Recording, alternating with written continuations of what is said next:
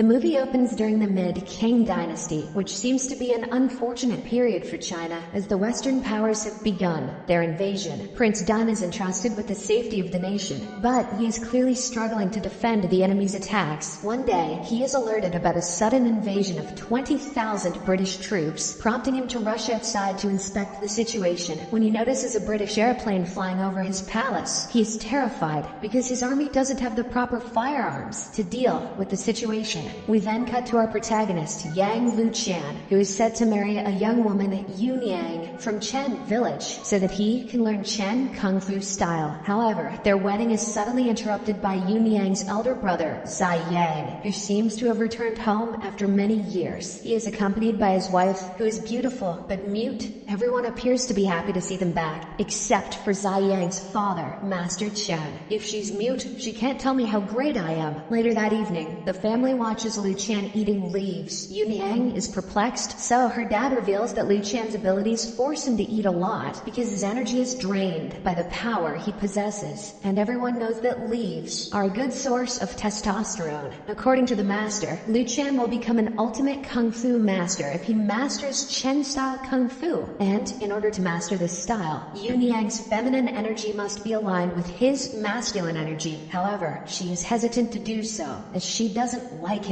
Following this, Yun Yang goes to Luchan and lays out the rules regarding their marriage. He's not to share the same bed with her, and he must address her as his master. Luchan innocently agrees to all of these rules. He is now studying the style of Kung Fu. On the other hand, Zai Yang is confused why his smart sister is married to a fool like Luchan. Moreover, he gets upset to learn his father is intending to teach Chen-style Kung Fu to an outsider. He doesn't understand how his father could forget the Copper Bell prophecy left by their 10th Grandmaster. Zai Yang then narrates the story from the past generation when their 9th Grandmaster, Chen Wangting, established the Chen-style Kung Fu. According to Zai Yang, it was the kind-natured 10th Grandmaster who carried this legacy forward and made it popular across the nation. This Kung Fu style made the Chen family so powerful that many aspirants wanted to master it. One day, a mad monk visited him with a large bag on his back. He pretended to be poor, so the Grandmaster cared for him with food and kindness. He allowed the monk to stay in the palace for several days against the will of his disciples, but one day, the monk watched the disciples practicing the Chen Kung Fu style and made fun of them. Enraged, the disciples launched their attacks on him, but the latter easily defeated them, revealing his true identity as a Buddhist monk, and he made their ashes one with everything. Intrigued by the deception, the Grandmaster inquired about his motives. The monk responded by pulling out a man from his large bag, who turned out to be one of the Chen disciples. He revealed that he had caught the man stealing and assaulting women in a nearby village using Chen-style Kung Fu.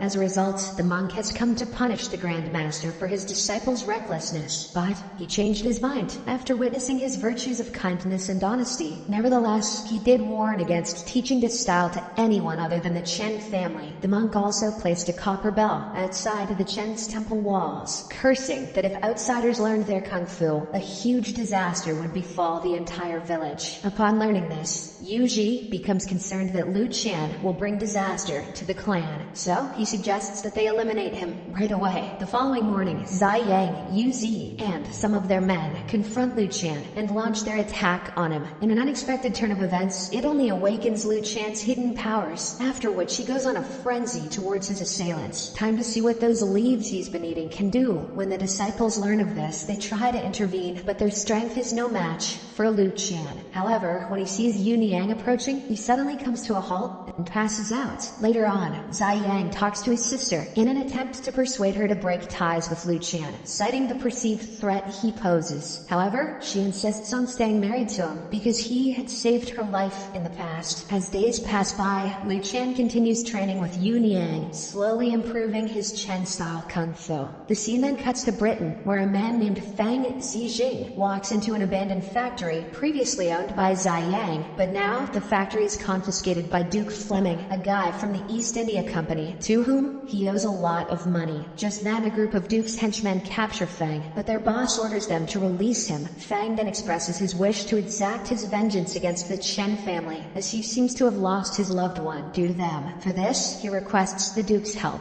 which the latter agrees to. The next day, in the palace temple, the copper bell falls from the ceiling and starts spinning at great speed. This sets the villagers into a panic as they believe that Luchan has brought in the copper bell spell and that the village will soon be destroyed. Meanwhile, Master Chen spots Zai Yang's wife watching all of this from the roof of the temple. When he confronts her, he learns that she is the one who tampered with the bell and made it spin. Inside the temple, Zai Yang stops the bell from spinning, calming everyone down. The villagers then demand that Luchan be expelled from here. However, Master Chen shows up and claims that it is Zai Yang's return to the village which is causing trouble. He also reveals how Zai Yang is still in contact with Fang. In order to prove this betrayal, the master sets up a fight between Zai Yang and Luchan, leading to a fierce clash. For the first few moments, both of them appear to be equally formidable, but at one point, Luchan manages to land a powerful blow on the opponent. Cherry Blossom Smash, which unveils a shocking revelation. Zai Yang is wearing an exoskeleton under his dress, enabling him to fight like a pro. Now that he's caught, he finally admits that he doesn't like Kung Fu, and instead harbors aspirations in mechanical innovation. He further claims that the Kung Fu techniques are not enough to stop the Western invaders. He also confesses that he teamed up with Fang because the latter promised to settle his debt, but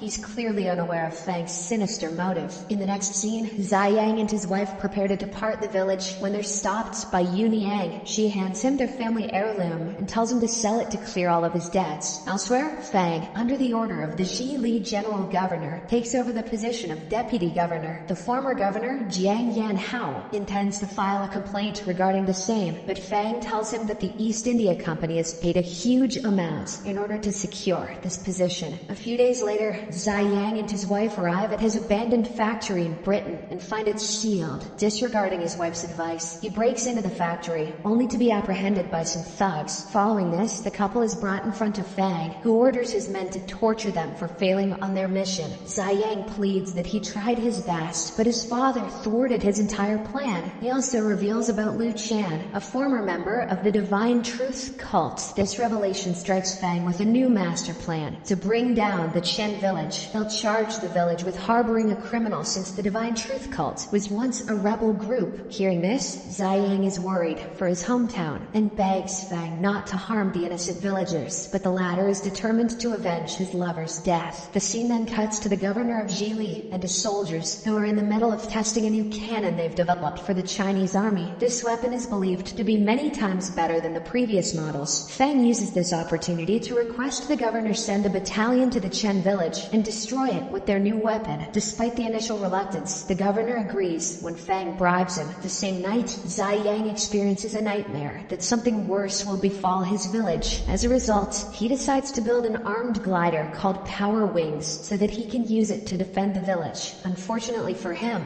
those wings won't do shit against a cannon. On the other hand, Luchan and Yuni Yang spend most of their time together in training. As the days pass, she begins to fall in love with his gentle and innocent attitude. At one point in time, she breaks her own rules by allowing him to sleep with her in bed and asks him to address her as wife rather than master. One fateful day, Fang and his army arrive at the Chen village and launch their new cannons towards it. This prompts the villagers to run for their lives. Master Chen then summons Luchan on the top of a roof and inquires about how they should handle the conflict. Surprisingly, our hero suggests that they have a good breakfast and then surrender themselves. The master doesn't object and instructs Yuni Yang to prepare breakfast. Bold strategy, Cotton. Let's see if it pays off for them. Fang and his troops continue to bombard the village, while Master Chen, Luchan, and Yuni Yang have their breakfast. Amidst this, the master instructs the two of them to find another master, Li Qiankun, whom he believes can turn the tables around. Following this, the trio sets out pretending to surrender themselves, but all of a sudden, they start fighting the enemies. Despite being only 3 in number, they are able to take down hundreds of enemies. At one critical point, Fang grabs a gun and aims towards Luchan, but just before he can shoot, Zai Yang shows up on his new glider and unleashes a barrage of bombs upon the enemies. Master Chen then instructs the couple to escape with Zai Yang, while he intends to surrender. Heeding to his instruction, the two hang on the glider and fly away, but soon after, the glider runs out of fuel. In a quick move, Zai Yang jumps off it to reduce the weight, allowing the two to flee the scene. In the next scene, we learn that Master Chen and Zai Yang are imprisoned in the same cell. During their confinement, Master Chen apologizes to his son, expressing remorse for imposing undue pressure on him to uphold the family's martial legacy. He admits that he was scared to deviate deviate from the tradition, but he has now realized his mistake. He then expresses that he's proud of his son, as he feels that Zai Yang has accomplished more than he did in his lifetime. Finally, the father and son resolve their gaps, sharing an emotional hug. "Is that an exoskeleton under your dress, or are you happy to see me, son?" Meanwhile, the couple arrives at Master Qian Kun's palace, but they must fight several members of the clan before reaching him. Luchan accepts the challenge and starts fighting, effortlessly defeating all of the clan members with his masterful Chen-style kung fu prowess. Having surmounted these obstacles, the duo are finally allowed to see Master Qian Kun, an all-inclusive trip to Qian Kun. They confide the ongoing predicament of their village in the master, who then relays this issue to Prince Dan. The prince agrees to help them, but they must prove themselves to be the real Chen kung fu fighters first. For this, he sets up a duel between Luchan and Master Qian Kun. Clearly, a tough match. Determined to save his master and his village, Luchan agrees to the battle. A fierce duel ensues between the two, and they appear equally strong, but after a while of tough struggle, Luchan's strength gains the upper hand, and he is able to defeat Master Qian Kun. I think he may have just farted at some point, and all the leaves and dirt he's been eating really threw the guy off. With his victory, Prince Dan orders a thorough investigation of Chen village. He then frees Master Chen and Zai Yang after taking down Fang, as well as his men.